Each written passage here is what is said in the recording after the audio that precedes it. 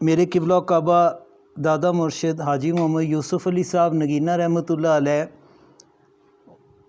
وہ اپنے کلام کے اندر ارشاد فرماتے ہیں،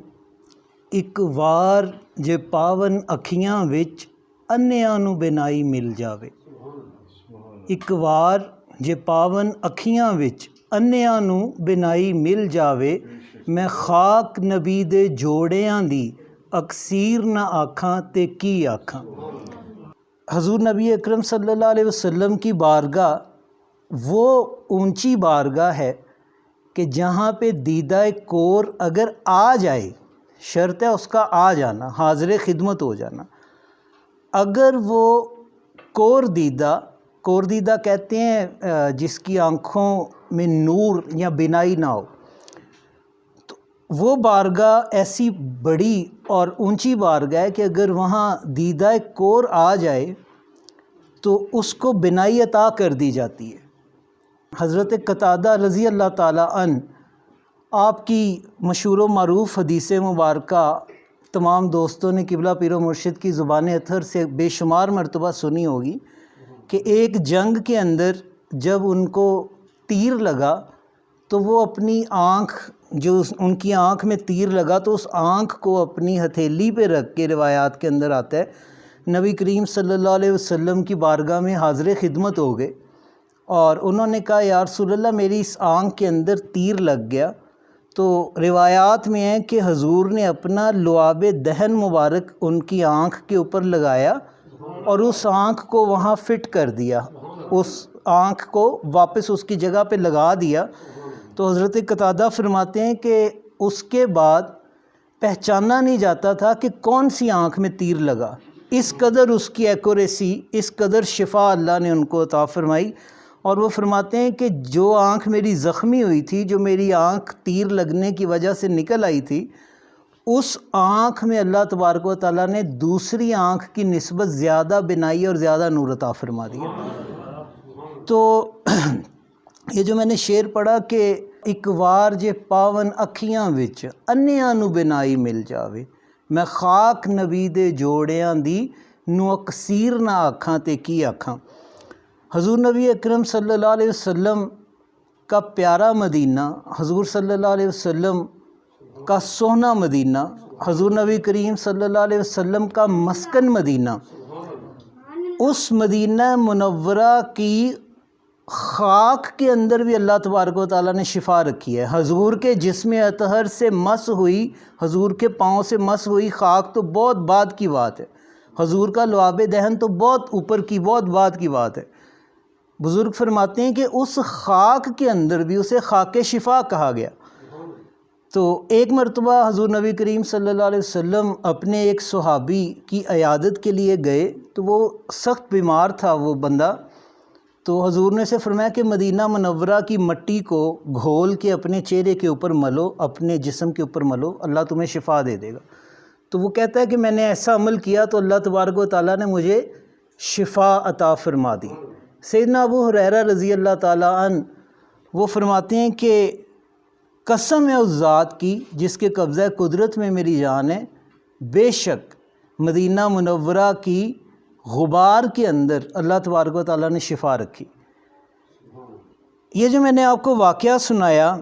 کہ حضرت قتادہ رضی اللہ تعالیٰ عنہ جب وہ ان کی آنکھ کے اوپر حضور نبی کریم صلی اللہ علیہ وسلم نے اپنا لعاب دہن لگایا تو اللہ نے ان کی آنکھ کی بینائی واپس کر دی۔ الحمدللہ اولیاء کاملین، بزرگان دین کو بھی اللہ نے حضور صلی اللہ علیہ وسلم کی شان کے صدقے یہ طاقتیں عطا فرمائیں۔ ایک ہمارا آنکھوں دیکھا واقعہ جو بندہ ناچیز نے، غالباً یہ 1998 کی بات ہے، 1998 کی بات ہے، یہ میرا آنکھوں دیکھا واقعہ ہے کہ ہمارے ایک پیر بھائی وہ سالانہ محفل میلاد 28 ربیع الاول شریف کے اشتہار لگانے کے لیے وہ محمد عتیق الرحمان صاحب کے ساتھ وہ غالباً بلال گنج کے علاقے میں اشتہار لگا رہے تھے۔ تو اس جگہ کے اوپر کوئی بچے شرارتی قریب لڑ رہے تھے تو ایک پتھر اڑتا ہوا آیا اور ہمارے اس پیر بھائی کی آنکھ کے اوپر وہ پتھر آ کے لگا۔ اور اس قدر اس کا وہ شدید زخم تھا، خیر وہ پورا اس کے کپڑے بھر گئے خون سے، عتیق الرحمان صاحب انہیں ہاسپٹل لے گئے۔ بعد میں جب ڈاکٹروں کو دکھایا انہوں نے وہاں پہ، تو ڈاکٹروں نے کہا جی یہ اس کی آنکھ جو ہے نا یہ ضائع ہو گئی ہے، یہ اس کی آنکھ جو ہے نا یہ ضائع ہو گئی ہے، یہ اب دوبارہ یہ ناممکن ہے کہ اس کا نور بحال ہو۔ تو وہ بہہ ہی گئی ساری آنکھ، تو کیسے بحال ہونی تھی؟ تو خیر پٹی وغیرہ انہوں نے کر دی، ہاسپٹل سے ڈسچارج کر دیا، وہ بندہ گھر آ گیا۔ تو بندہ ہے نا چیز اس دن غالباً وہ پیکھے وال کا ہی وہ لڑکا ہے، چوک کے اندر کھڑا تھا، تو قبلہ کعبہ پیر و مرشد آپ سرکار صوفی اللہ عطا صاحب کی ویگن ہوتی تھی تب، اس پہ پیر بھائی آتے تھے، اس پہ تشریف فرما آپ پیکھے وال میں داخل ہوئے، تو بندہ نا چیز نے بھی دیکھا سرکار آ رہے ہیں پیکھے وال میں، تو میں بھی ساتھ ساتھ بھاگ کے اس بندے کی عیادت کے لیے جب سرکار تشریف لے کے گئے، تو سرکار نے وہاں ان کے لیے خصوصی دعا فرمائی، اور غالباً اپنا لعاب دہن مبارک اس کو بھی وہ لگایا، اور تھوک سے جو دم فرماتے ہیں سرکار وہ دم فرمایا۔ تو چند دنوں کے اندر اندر اس لڑکے کی آنکھ کی روشنی اللہ تبارک و تعالیٰ نے بحال کر دی، جس کو ڈاکٹروں نے جواب دے دیا تھا، تو یہ جو نسبت ہوتی ہے نا اس کی بڑی برکتیں اور اس کے بڑے فائدے ہوتے ہیں۔ یہ جو میں نے کہا نا کہ مدینہ طیبہ کی خاک کے اندر بھی شفا ہے، اور پھر میں نے آپ کو ساتھ یہ حضرت قتادہ والی روایت سنائی اور ہمارے ایک پیر بھائی کا واقعہ سنایا۔ یہ میں نے اس کو کوریلیٹ کیوں کیا ہے، اس کی ریلیونسی کیوں بیان کرنے کی اپنی دانست میں ناقص کوشش کیوں کی ہے؟ وہ اس لیے کہ ہمارے دلوں کے اندر جو نسبت کی محبت ہے وہ اجاگر اور پختہ ہونی چاہیے۔ اور آخری بات یہ عرض کرتا چلوں کہ وہ انہوں نے فرمایا نا حضرت ابو ہریرہ نے کہ مدینہ طیبہ کی غبار کے اندر بھی شفا ہے، تو یہاں مجھے حضرت خواجہ بہاؤالدین نقشبند رحمۃ اللہ علیہ ان کا ایک واقعہ یاد آ گیا۔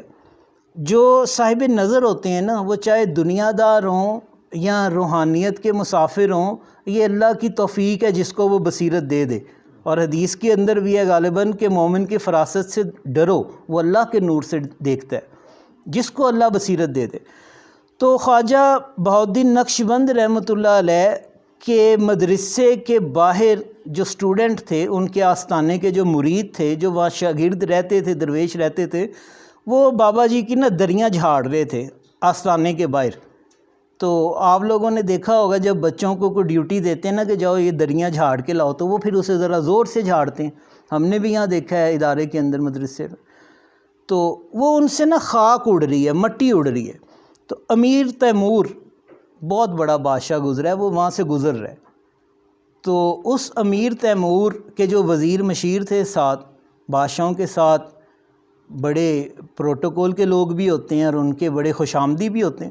تو وہ کوئی آگے بڑھ کے نا روکنے لگا کہ بھئی رک جو بادشاہ کی سواری آ رہی ہے۔ تو بادشاہ صاحب نظر تھا، دنیا اس کے کانوں کی لو تک نہیں پہنچی ہوگی، وہ صاحب نظر تھا۔ بادشاہ نے کہا بھی ان کو روکو نا، یہ خواجہ کے آستانے کی دریوں کا غبار ہے اور یہ باعث برکت ہے۔ اور وہ بادشاہ اسی طرح اس غبار کے اندر سے ہی، وہ اس خاک مبارک کے اندر سے گزرا۔